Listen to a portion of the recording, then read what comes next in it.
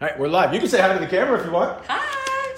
Good afternoon, everybody. My name is Alex Vidal. I warned her about my energy. My name is Alex Vidal. I am president of Related ISG International Realty and host of the show you are watching today, Inquiring Minds Want to Know. And to my right, we are joined today by Heather Monahan, best-selling author of Confidence Creator. She's also a motivational speaker and amazing energy in the 10 minutes that I've met her so far.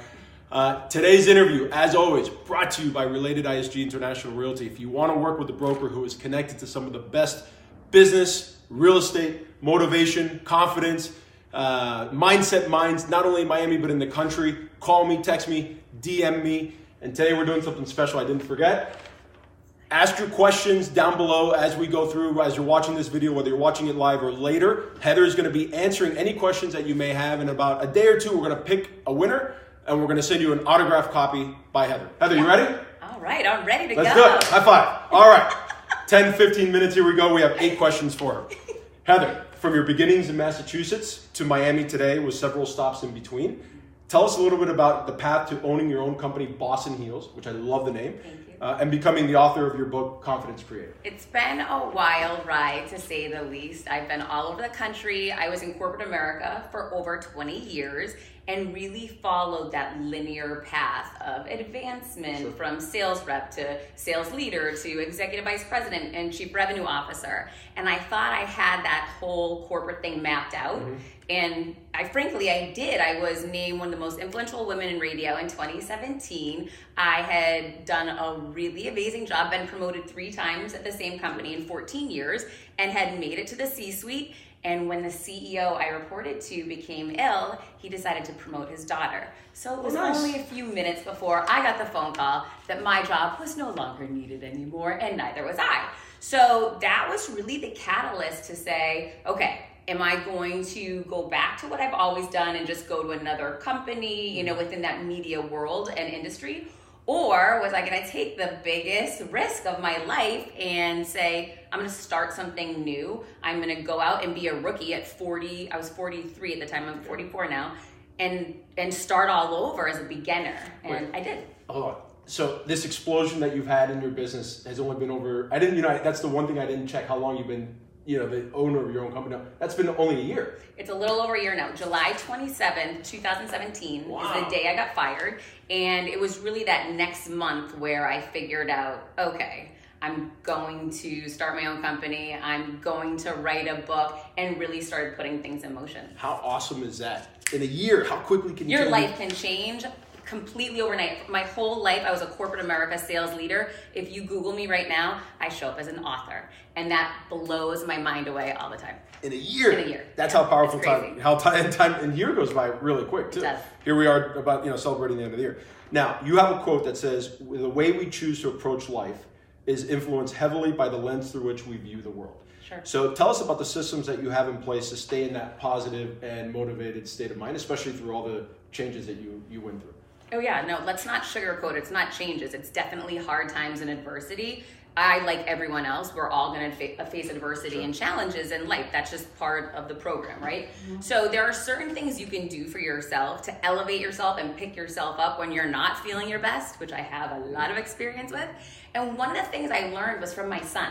And my son taught me that and he was using basketball as the analogy because he's 11 years old and loves to play basketball. Okay. He said, Mom, he brought me a Sharpie one day, and he said, will you write something on my shoes?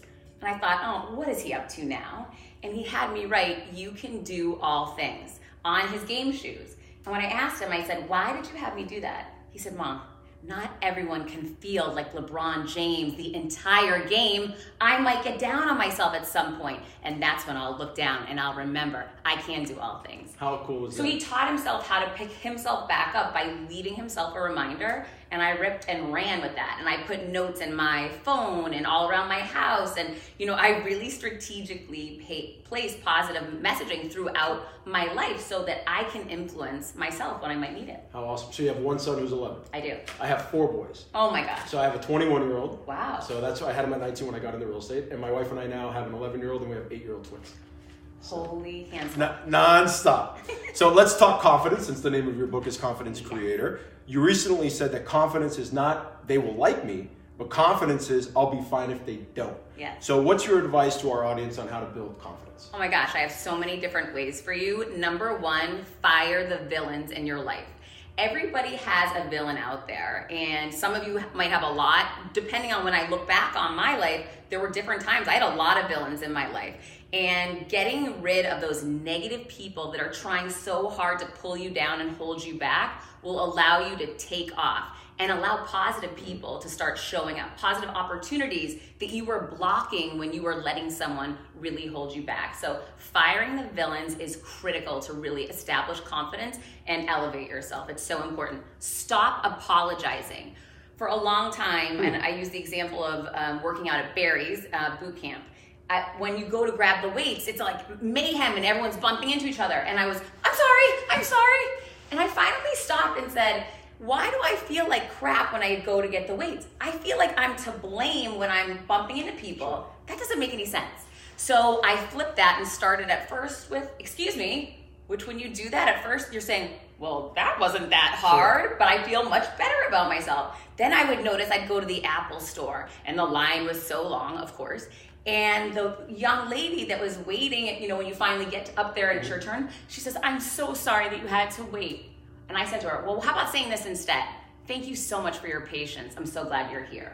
Because then you make the other person feel good about, the fact that they're bringing a good attitude. You're assuming they're bringing a good attitude, which is helpful. And you're not putting yourself beneath everybody. So no more apologizing. That's a really powerful one. And I challenge everyone for 7 days, do not apologize no matter what. And you will really start feeling very good about yourself. Okay, I've never heard that one before. Could you do that? I don't know. I'm going to say yes, because if I say I don't know, then I'm not going to give it a try. Yes, I can do it. Now I'm going to hold myself accountable to making it happen. I love that. So that's also another key tactic is positive affirmations and really owning what you're going to do instead of second guessing yourself. So, making statements about yourself. I am going to be great on air. I am confident. When you start owning and saying these things to yourself all the time, it works. Frequency works. Frequency in messaging is why media is so powerful. And you can curate and control this platform right here, the most powerful one you have in your life, and those are your thoughts. And you can create them any way that you want. So write it down, what it is that you want to be, that you want to own, that you won't apologize any longer. Start reading that over and over again every day and watch how that tape just starts playing on its own. In the first one you said about getting rid of the villains in your life. Yeah. So we have a coaching program in our company, and before we teach anything about going after, in sales, first thing we talk about is mindset, and we start with the gratitude exercises. And one of the gratitude exercises is writing down 3 things for which you're grateful for every day. Not once a week, every day. I do it. And we've done 7 of them so far. We've had close to 250 agents take our coaching program. And you can tell 2 things. Within 3 weeks, you can definitely tell which are the ones that have done the gratitude exercises and which ones haven't. And almost every single one that tells you that they've done it and you see it will come to you and say, I never realized, you keep telling us misery loves company. We never realized it until we started this gratitude exercise, and we realized how many negative people we have in our life trying to weigh us down. So I agree, get rid of the villains in your life. You can't establish boundaries, because sometimes that villain might be your parent, your brother, whoever, someone that you don't necessarily want to completely cut out of your life, but that you need to start protecting yourself from. And sometimes that's just a conversation to say, you know what, this doesn't work for me any longer when you put me down like that. We're going to need to change this conversation. And just having direct communication with people, putting yourself first, really ramps up your confidence. Realtors, listen to that, because as realtors, we all need more confidence in our business. Number 4, passion. My favorite adjective. I think you have a lot of passion. I can tell, I'm sure the viewers see it as well. Tell us about the 7 reasons, and if you remember all 7, cool. If not, give us any reason as to why people should pursue their passions right now. Okay, we only get one shot at this life. And one thing that I've learned, I used to keep my head down and I would chase the money, and this is what I need to do to make money. I never thought about, what am I passionate about? Big picture, what do I want to leave as my legacy in life? That sounded like something really wealthy people could do. But I grew up very poor, and I was someone who, I grinded it out every day of my life, and I chased the paycheck. So I never thought like that. Now, having gone through this transition in my life, which I didn't plan for, but has turned out to be so purpose-driven now, I get the most amazing notes and letters and DMs from people saying how my book has changed their life, and I find myself crying all the time, good tears, not I just got fired tears. Those are different kinds of tears, right?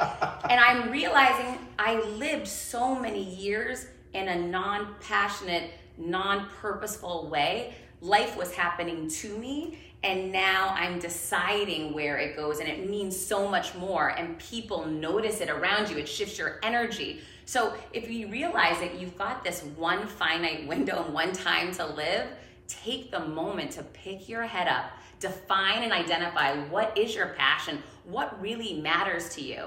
And you're going to invigorate yourself so much so your energy will really pick up. You'll just feel more alive and excited to jump out of bed every day. If you're not excited to jump out of bed, you are not living your passionate, purpose-driven life. That's so clear. And believe me, I've been in both. Go for the passion one. And when you have and you're doing your passion, you can take the gut checks that people give you every day and be able to fight through. That's the alligator skin on my pin that we talk about, to be able to take the shots and keep moving. Because when you don't have your passion, you get knocked down and you don't really get back up. So that's so interesting that you bring up the haters, because the haters, when you start doing something unique and different, which is really when you move into your passion, right? Because now you're starting to really establish who the true real you is. So that's going to be unique and different than everyone else that's out there, right? So you're moving away from that vanilla corporate linear world, and you're moving into creating something and being different and unique. Well, those are the times the haters start showing up the most. And what I've learned in the past year is those are the moments to celebrate. If haters aren't coming for me, that means I'm not shining my light, I'm not being unique. And you know what? I want to be me, because I know I'm my most strong and powerful and authentic when I am me. So, let those haters come. It's like, yes, I'm doing something so different. Yeah, it's like, I have a few stories with the show. When I started it was like, well, what are you, a real estate broker or a show host? I'm like, I'm both, and I'm using the show to help my brokerage. A lot of haters out there. Look at using the show as an we had some on the comments before. I know! Did you see that? And I'm loving it. Some guy said, oh, I have an MBA. I went to business school. What would she ever be able to teach me? And it was interesting to read through that thread and see. And it was also interesting to me, one thing I know is we're all students for life, right? And there's nothing more clear to me than having made the C-suite in corporate America and starting over as a rookie entrepreneur. I'm constantly learning. And for those times in my life where I didn't think I was, that's really sad, because you're either moving forward and growing or you're moving backwards. So open your mind up to we can learn from anyone out there, guys. Yeah, it was a comment about a college degree. And by the way, I don't have a college degree because I had my son at 19. I was working full-time, had a family full-time, had a son. And I don't have a college degree, but here we are. Well, according to Gary Vee, no one needs a college degree anymore anyways, but, there's quite a few people out there without degrees that are doing pretty well. Pretty well. Number 5. Now, you talked about your background in sales, and you absolutely have had major successes in sales.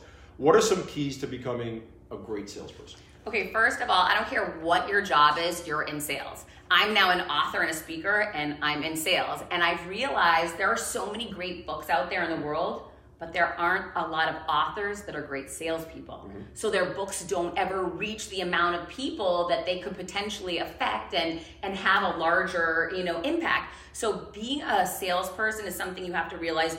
Whatever you do, that's so key to your entire life. So in sales, number one, there's so many different things, but you want to put yourself in the shoes of the other person. And when you can really try to empathize with where they're coming from, understand their pain points and their problems, you're going to be able to help them connect with whatever it is you're selling. So an example would be, I self-publish. So Barnes & Noble doesn't carry my book. But I want Barnes & Noble to carry my book, right? And they don't want to carry self-published authors. So it was about finding out, how could I bring them value so that they could see value in my product and my service? And what I realized was different stores wanted attention, they wanted press. And I was able to connect with a news program that was willing to come film me launching my book at Barnes & Noble, giving them the press that they wanted, getting my book into Barnes & Noble, and then it's a win-win for everyone. So really identify, where is that person coming from and what is important to them, because the more you understand that, the more you're going to be able to connect those dots and get whatever your goal is achieved. There you go. Number 6, we have a lot of women viewers. I've had actually some very powerful women on the show like you. So what advice would you give our women viewers, or any of the viewers, but let's focus on the women here, on becoming a woman power player? So a woman power player to me means you're a confident person that's pursuing your dreams, because that says power. There's a lot of power moves that you can take on. One is really your stance. And I call it, claiming your Wonder Woman pose or your superpower pose, but standing strong and making it deliberate, not by chance, really commands attention and allows you to feel very strong. Anytime that I'm going into a new situation where I might be nervous or I don't know how I'm going to do, I have a theme song that I play, Kendrick Lamar, I Love Myself. Okay. And when you play theme songs often enough, they start to spark and trigger memories. And I do it around events I'm nervous for. So every time I try something new, I'm building confidence by putting myself out there. And through a lot of these events and new initiatives I've taken on, I've done very well. So I hear the song, I remember the memory of me succeeding at something else that I felt nervous for, and I begin to feel, well, this is proof that I'm gonna go into this situation and succeed. So for me, connecting the music with the memory, with the intention of where I'm going really allows me to be powerful. Owning a power color, figure out what your color is. For me, it's red, navy, blue. When I put those colors on, I step into a stronger me and channel whoever you need to in any moment, because sometimes we get knocked and we say, oh gosh, I'm off kilter here. I was on a news program and someone asked me about international questions in business that I had no idea. So I decided to channel Donald Trump and answer a question I did know the answer to. And you can move through seamlessly very difficult situations when you are readily available to think, who do I know that can handle this situation really well? And I'm gonna push that through me right now and handle it just like they would. And it can get you out of those moments that could be really frustrating and not so great. There you go. 2 questions left. We're about to ring in the new year. What can our viewers do to make sure they have a kick-ass 2019? And I think that may be the actual first time I've ever cursed in an interview. I want to have a kick-ass 2019. And I'm sure all our viewers do too. So what can they do? Look back on 2018 and see what you're proud of and write those things down. Write what you accomplished that you feel really good about. And also think about what was it in this year you would do differently. And then look back on your life 5 years ago, 10 years ago, and get reflective on, if I had known what I know now back then, what would I have done? For me, I would have left that corporate America situation 10 years ago, and I'd be 10 years further now in the entrepreneurial world. So really get reflective on that, because I guarantee whatever that same insight is that you could have appreciated back then is the same insight you probably need right now, which for me is always move faster, set higher goals, dream bigger, and stop playing small. It's interesting. Everybody talks about reflect on the year, but nobody ever talks about reflecting 5 years ago, 10 years ago. You were saying it, and I'm already thinking, okay, 10 years ago I was 30. What was I doing? Where was I? All that stuff. I love that one. Okay, last question. Now, obviously, your book is back here. Here it is, Confidence Creator. Again, ask your questions in the comments because she's going to be answering them, and then you will potentially win an autographed copy. But obviously, you're going to promote your book, Confidence Creator. But aside from Confidence Creator, what are maybe some other books or TED Talks or podcast recommendations that you have? So there are so many great podcasts. I love podcasts. I listen a lot. I just did the Lori Harder podcast. I did an interview with her a couple weeks ago. That's a great podcast about earning your happy and really being in charge of your happiness. I love the Lady Gang podcast. If you're looking for something light and fun, they're so fun and funny, and I think they're amazing. And Mel Robbins has a really fantastic TED Talk that I would encourage everyone to check out. There you go. Heather, thank you so much for your time today. I appreciate it. That was absolutely awesome. I think you probably have more energy than anybody I've interviewed. This is actually the 30th episode of Inquiring Minds Want to Know. Now, Heather, before we go, we walked in and I think we were both stunned at how beautiful this unit was. Yeah. So we are filming from Apogee Beach in South Beach. What unit are we in, Katie? 1201. We are in 1201. It is listed for just under $12 million. Give me 30 seconds because not many of us ever have an opportunity to view these kind of units. My very good friend Dora Puig, who is also a woman power player, was on the show Inquiring Minds Want to Know, number 6 broker in the country. Was so nice enough to let us into her listing. So give me 30 seconds. I just want to tour you guys around so you can start, so you can see the unit. We're going to start with the view that's right behind the camera. Heather, any parting words for the group? I didn't even prep you for this, but any parting words? No problem. I hope that you grab Confidence Creator for every hardcover that's sold in the month of December. I donate one to Dress for Success Miami for a woman that's struggling, that deserves a chance at getting her confidence built up. So please give the gift that keeps on giving, the gift of confidence. There you go. Thank you guys so much. Thank you, Heather. And let me show you guys around. I'm going to pick it up off the tripod. Here we go. So just to kind of share with you what it looks like. See, this is the view from Apogee, the view from the living room. A few minutes ago, behind the camera while we were filming, there was actually a cruise ship going by. But this is the living room here. You're going to kind of see our setup and people moving around. So the living room looks directly out into the Port of Miami. And then here's the other view, the direct east-facing view. More water. And then we're going to work our way. There I am in the camera. Say hello. Hey, guys. Nice to see you. We're going to come over here. I won't show you the whole unit, but I want you guys to just kind of check this out. This is an amazing kitchen with a stainless steel countertop. Look at this. And then we'll go into the master, and then I'll let you guys go. Let's go this way. And this is the master bedroom and the view from the master. Check this out. Imagine waking up to this view every day. Absolutely stunning. Now, Heather, I have a question here from Vanessa Maggi. She's asking, what are the podcasts that you mentioned again? Lori Harder, Earn Your Happy, and The Lady Gang. If you go into your podcast icon and just type that in, it will pop right up. There you go. Thank you guys so much for watching. Happy New Year. Actually, no, I have one more interview next week. We'll see you next week.